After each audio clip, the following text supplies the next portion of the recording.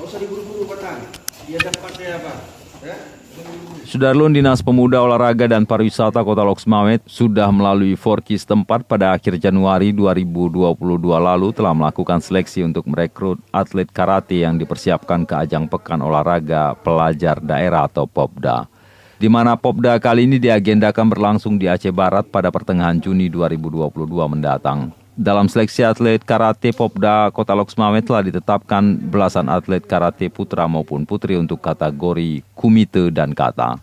Usai dinyatakan lolos, maka para atlet karate Popda Lok Sumawe langsung mengikuti tahapan latihan terpusat.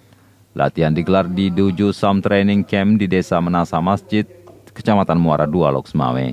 Ketua Forki Lok Sumawe Samsul Yusuf Selasa 12 April 2022 malam menyebut TC sudah digelar sejak akhir Januari 2022. Disebutkan juga TC tetap berlangsung pada malam Ramadan guna menjaga kebugaran tubuh atlet. Di samping juga untuk memaksimalkan persiapan atlet sehubungan jadwal laga pada Juni 2022 mendatang. Setiap malam usai sholat tarawih, atlet tetap latihan kecuali malam Jumat. Di cabang karate. Kan Popda dilaksanakan tanggal 20 Juni di Melabuh. Insya Allah Kota Lok Sumawe kita sudah mempersiapkan atlet dari 1 bulan kemarin lah sebelum puasa. Ini sudah masuk ke TPK.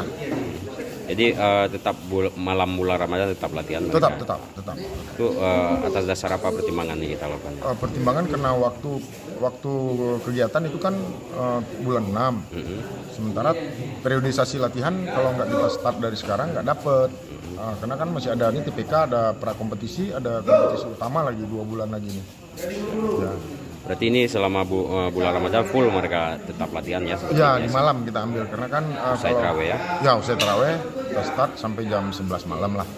Sampai jam 11 malam. Kalian juga anak-anak kan juga kan biasanya kalau malam Ramadan itu nggak juga tidur cepat.